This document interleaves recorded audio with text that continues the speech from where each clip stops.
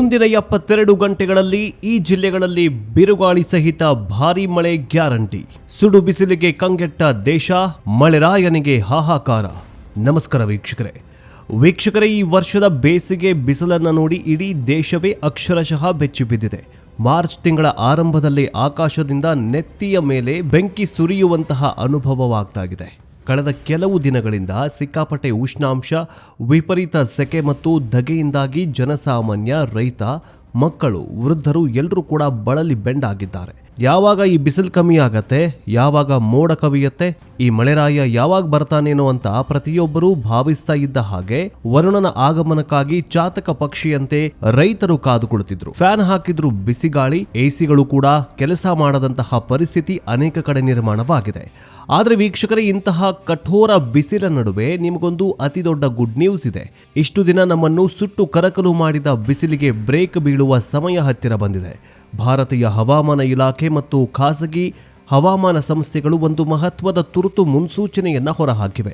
ಮುಂದಿನ 24ರಿಂದ 72 ಗಂಟೆಗಳ ಒಳಗೆ ದೇಶದ ಹಲವು ಭಾಗಗಳಲ್ಲಿ ಮತ್ತು ಕರ್ನಾಟಕದಲ್ಲಿ ಭಾರೀ ಬಿರುಗಾಳಿ, ಗುಡುಗು ಸಹಿತ ಅತ್ಯುತ್ತಮ ಮಳೆಯಾಗುವ ಸ್ಪಷ್ಟ ಸಾಧ್ಯತೆ ಇದೆ ಅಂತ ಹೇಳಲಾಗಿದೆ.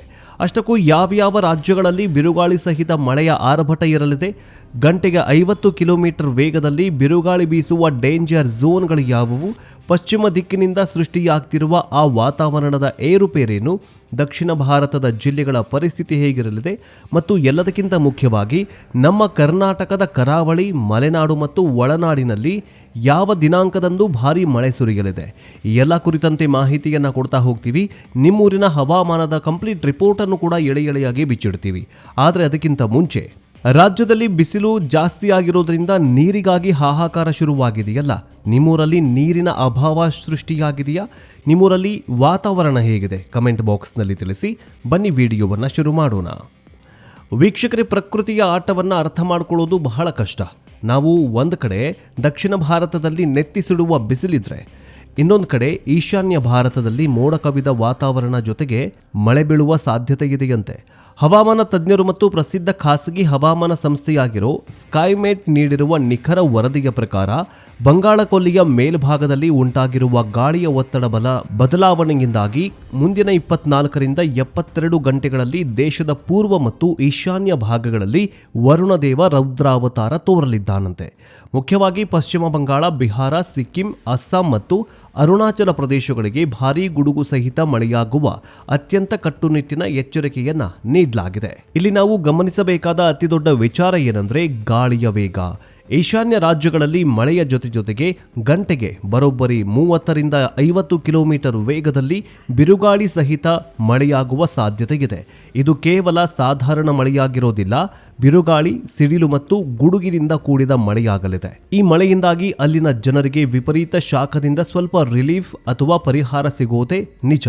ಆದರೆ ಗುಡುಗು ಮತ್ತು ಮಿಂಚಿನಿಂದಾಗಿ ಅಪಾಯವೂ ಕೂಡ ಹೆಚ್ಚಾಗುವ ಸಾಧ್ಯತೆ ಇರೋದ್ರಿಂದಾಗಿ ಈ ಭಾಗದ ಜನರು ಮತ್ತು ರೈತರು ಆದಷ್ಟು ಸುರಕ್ಷಿತ ಸ್ಥಳಗಳಲ್ಲಿ ಮನೆಯೊಳಗೆ ಎಚ್ಚರಿಕೆಯಿಂದ ಇರಲು ಕಟ್ಟುನಿಟ್ಟಿನ ಸೂಚನೆಯನ್ನ ನೀಡಲಾಗಿದೆ. ಉತ್ತರ ಭಾರತದ ಚಿತ್ರಣ: ಯುಪಿಗೆ ಮಳೆ, ಉತ್ತರಾಖಂಡದಲ್ಲಿ ಹಿಮಪಾತ. ಈಗ ಉತ್ತರ ಭಾರತದ ಪರಿಸ್ಥಿತಿಯನ್ನ ನೋಡ್ತಾ ಹೋಗೋದಾದ್ರೆ, ಅಲ್ಲಿಯೂ ಕೂಡ ಹವಾಮಾನ ಭಾರೀ ನಾಟಕೀಯ ಬದಲಾವಣೆ ನಡೆಸ್ತಾ ಇದೆ. ಮುಂದಿನ 2 ದಿನಗಳಲ್ಲಿ ಪೂರ್ವ ಉತ್ತರ ಪ್ರದೇಶದ ಹಲವು ಭಾಗಗಳಲ್ಲಿ ಹಗುರ ಮಳೆಯಾಗುವ ಸಾಧ್ಯತೆ ಇದೆ ಅಂತ ಹವಾಮಾನ ಇಲಾಖೆ ಮುನ್ಸೂಚನೆ ನೀಡಿದೆ. ಹಗುರವಾದ ಮಳೆಯಿಂದಾಗಿ ಅಲ್ಲಿನ ಸುಡುವ ತಾಪಮಾನದಲ್ಲಿ ಸ್ವಲ್ಪ ಮಟ್ಟಿಗೆ ಇಳಿಕೆಯಾಗಲಿದೆ. ಜನರಿಗೆ ತಂಪು ಗಾಳಿಯ ಅನುಭವ ಆಗಲಿದೆ. ಇನ್ನು ದೇವಭೂಮಿ ಉತ್ತರಾಖಂಡದ ಗುಡ್ಡಗಾಡು ಪ್ರದೇಶಗಳ ಕಡೆ ಗಮನ ಹರಿಸುವುದಾದ್ರೆ, ಅಲ್ಲಿ ಪಾಶ್ಚಿಮಾತ್ಯ ಅಡಚಣೆ ಅಥವಾ ಪಶ್ಚಿಮದ ದಿಕ್ಕಿನಿಂದ ಬರುವ ಮಾರುತಗಳ ಏರುಪೇರು ಸಕ್ರಿಯಗೊಳ್ತಾಗಿದೆ. ಇದು ಹವಾಮಾನದಲ್ಲಿ ಹಠಾತ್ ಬದಲಾವಣೆಯನ್ನ ಸೂಚಿಸಲಾಗಿದೆ. ಇದರ ನೇರ ಪರಿಣಾಮ ಉತ್ತರಾಖಂಡದ ಕೆಲವು ಪ್ರದೇಶಗಳಲ್ಲಿ, ವಿಶೇಷವಾಗಿ ಎತ್ತರದ ಪರ್ವತದ ಪ್ರದೇಶಗಳಲ್ಲಿ ಸಂಪೂರ್ಣವಾಗಿ ಮೋಡ ಕವಿದ ಆಕಾಶ, ಹಗುರ ಮಳೆ ಮತ್ತು ಅತ್ಯುತ್ತಮವಾದ ಹಿಮಪಾತವನ್ನು ನಿರೀಕ್ಷಿಸಲಾಗಿದೆ. ಬೇಸಿಗೆ ಆರಂಭದಲ್ಲಿ ಈ ಹಿಮಪಾತ ಪ್ರವಾಸಿಗರಿಗೆ ಖುಷಿ ತರಲಿದೆ. ಇತ್ತ ಬದಲಾವಣೆಯಾಗ್ತಾ ಇರುವ ಹವಾಮಾನದ ಪರಿಣಾಮಗಳು ಜಾರ್ಖಂಡ್ ರಾಜ್ಯದ ಕೆಲವು ಪ್ರದೇಶಗಳಲ್ಲೂ ಕಂಡುಬರಬಹುದು.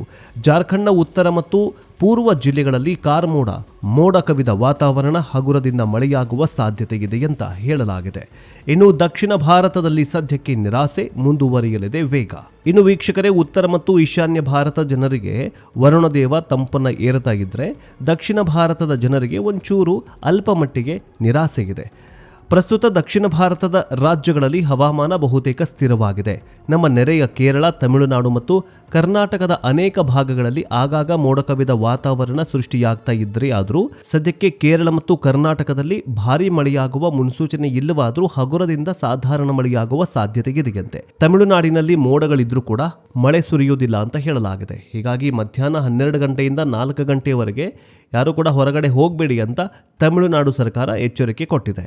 ಇನ್ನು ಈಗ ಕರ್ನಾಟಕದ ಕಂಪ್ಲೀಟ್ ರಿಪೋರ್ಟ್ ನೋಡ್ತಾ ಹೋಗೋದಾದ್ರೆ, ಮೊದಲಿಗೆ ರಾಜ್ಯದ ಒಳನಾಡು ಅಂದರೆ ಉತ್ತರ ಒಳನಾಡಿನ ಜಿಲ್ಲೆಗಳಾಗಿರೋ ರಾಯಚೂರು, ಕಲಬುರಗಿ, ಕೊಪ್ಪಳ, ಬಳ್ಳಾರಿ, ವಿಜಯಪುರ, ಬೀದರ್, ಗದಗ ಮತ್ತು ಚಿತ್ರದುರ್ಗ ಭಾಗಗಳ ಕಡೆ ನೋಡೋದಾದ್ರೆ ಇಲ್ಲಿ ಅಕ್ಷರಶಃ ಆಕಾಶದಿಂದ ಬೆಂಕಿ ಸುರಿಯಲಿದೆ. ಈ ಜಿಲ್ಲೆಗಳಲ್ಲಿ ಮುಂದಿನ ಹಲವು ದಿನಗಳ ಕಾಲ ಬಿಸಿಲಿನಿಂದ ಅತ್ಯಂತ ಅಧಿಕ ತಾಪಮಾನ ಮುಂದುವರಿಯಲಿದೆ. ಆಗಾಗ ಅಲ್ಲಲ್ಲಿ ಸಣ್ಣ ಪ್ರಮಾಣದ ಮೋಡ ಕವಿದ ವಾತಾವರಣ ಸೃಷ್ಟಿಯಾದರೂ ಮಳೆಯನ್ನ ತರೋದಿಲ್ಲ. ಅಂದ್ರೆ ಇಲ್ಲಿ ಯಾವುದೇ ಭಾಗದಲ್ಲಿ ಮಳೆ ಸುರಿಯೋದಿಲ್ಲ. ಇದೇ ಮಾರ್ಚ್ 15 ಅಥವಾ 16ನೇ ತಾರೀಕಿನಂದು ಉತ್ತರ ಒಳನಾಡು ಜಿಲ್ಲೆಗಳಲ್ಲಿ ಅಲ್ಲಲ್ಲಿ ವಾತಾವರಣ ಬದಲಾಗಿ ಮಳೆಯಾಗುವ ಸಾಧ್ಯತೆ ಇದೆಯಂತೆ.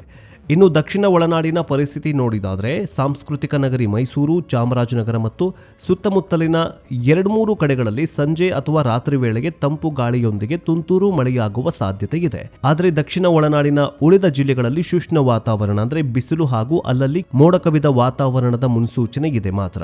ಇನ್ನು ರಾಜಧಾನಿ ಬೆಂಗಳೂರು ಸೇರಿದಂತೆ ಹಲವು ಜಿಲ್ಲೆಗಳಲ್ಲಿ ಬಿಸಿಲ ತಾಪಮಾನ ದಿನದಿಂದ ದಿನಕ್ಕೆ ಹೆಚ್ಚಳವಾಗ್ತಾನೆ ಹೋಗ್ತಾ ಇದೆ. ಬೆಳಗ್ಗೆ 9 ಗಂಟೆಗೆ 30 ಡಿಗ್ರಿ ಸೆಲ್ಸಿಯಸ್ ತಾಪಮಾನ ಸಿಲಿಕಾನ್ ಸಿಟಿ ಜನರಲ್ಲಿ ಆತಂಕ ಹೆಚ್ಚು ಮಾಡಿದೆ. ಇನ್ನು ಹವಾಮಾನ ಇಲಾಖೆಯ ದತ್ತಾಂಶದ ಉಪಗ್ರಹದ ಮಾಹಿತಿಯ ಪ್ರಕಾರ ಮುಂದಿನ 1 ವಾರದಲ್ಲಿ ರಾಜ್ಯದ ದಕ್ಷಿಣ ಒಳನಾಡು, ಉತ್ತರ ಒಳನಾಡು, ಹಸಿರಿನ ನಾಡು, ಮಲೆನಾಡು ಮತ್ತು ಕರಾವಳಿ ಜಿಲ್ಲೆಗಳಿಗೂ ಕೂಡ ಮಳೆಯ ಮಾರುತ ಭರ್ಜರಿಯಾಗಿ ಪ್ರವೇಶ ಮಾಡಲಿವೆ. ಮುಂದಿನ 7 ದಿನಗಳಲ್ಲಿ ರಾಜ್ಯದ 4 ಪ್ರಮುಖ ವಲಯಗಳಲ್ಲಿ ಗುಡುಗು, ಮಿಂಚು ಮತ್ತು ಬಿರುಗಾಳಿ ಸಹಿತ ಮಳೆ ಆರಂಭವಾಗುವ ಅತ್ಯಂತ ಸ್ಪಷ್ಟ ಲಕ್ಷಣಗಳು ಗೋಚರಿಸ್ತಾ ಇವೆ ಅಂತ ಹವಾಮಾನ ತಜ್ಞರು ಖಚಿತಪಡಿಸಿದ್ದಾರೆ. ಅಂದರೆ ಮಾರ್ಚ್ 15ರ ನಂತರ ಇಡೀ ಕರ್ನಾಟಕ ತಂಪಾಗೋದು, ಒಣಗುತ್ತಾ ಇರುವ ಬೆಳೆಗಳಿಗೆ ಜೀವ ಕಳೆ ಬರೋದು ಮತ್ತು ರೈತರ ಮುಖದಲ್ಲಿ ಮಂದಹಾಸ ಮೂಡೋದು ಗ್ಯಾರಂಟಿ ಅಂತ ಹೇಳಲಾಗ್ತಾಗಿದೆ.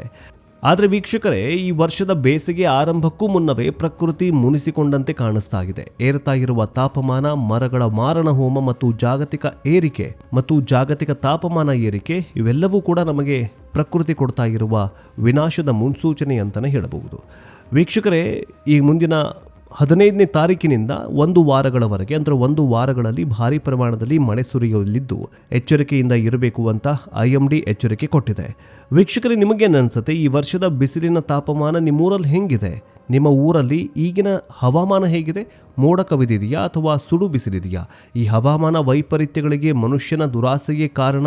ನಿಮಗೇನನ್ಸುತ್ತೆ? ಕಮೆಂಟ್ ಬಾಕ್ಸ್ನಲ್ಲಿ ತಿಳಿಸಿ. ಈ ಉಪಯುಕ್ತವಾದ ಹವಾಮಾನ ವರದಿಯನ್ನು, ಮಳೆಯ ಮುನ್ಸೂಚನೆಯನ್ನು ನಿಮ್ಮ ವಾಟ್ಸ್ಆ್ಯಪ್ ಮತ್ತು ಫೇಸ್ಬುಕ್ ಗ್ರೂಪ್ಗಳಲ್ಲಿ ವಿಶೇಷವಾಗಿ ರೈತ ಮಿತ್ರರಿಗೆ ಹಾಗೂ ಮಲೆನಾಡು ಕರಾವಳಿಯ ಸ್ನೇಹಿತರಿಗೆ ಮರೆಯದೆ ಶೇರ್ ಮಾಡಿ. ನೆಕ್ಸ್ಟ್ ಅಪ್ಡೇಟ್ನೊಂದಿಗೆ ಬೇಗ ವಾಪಸ್ ಬರ್ತೀವಿ. ಜೈ ಹಿಂದ್, ಜೈ ಕರ್ನಾಟಕ, ವಂದೇ ಮಾತರಂ.